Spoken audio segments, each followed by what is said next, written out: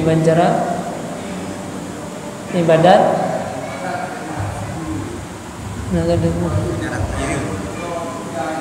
bena ujub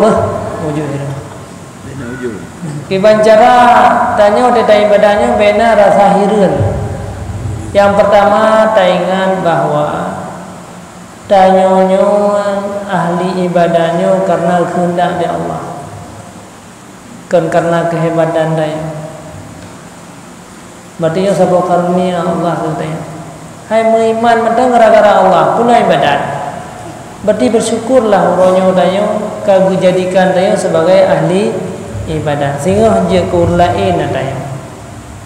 Nah, jadi hanggadang ujung.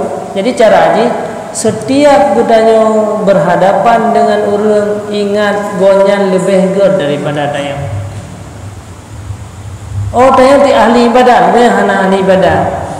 Ada tayang ahli ibadat pi mia kena balik oleh Allah kan jazid.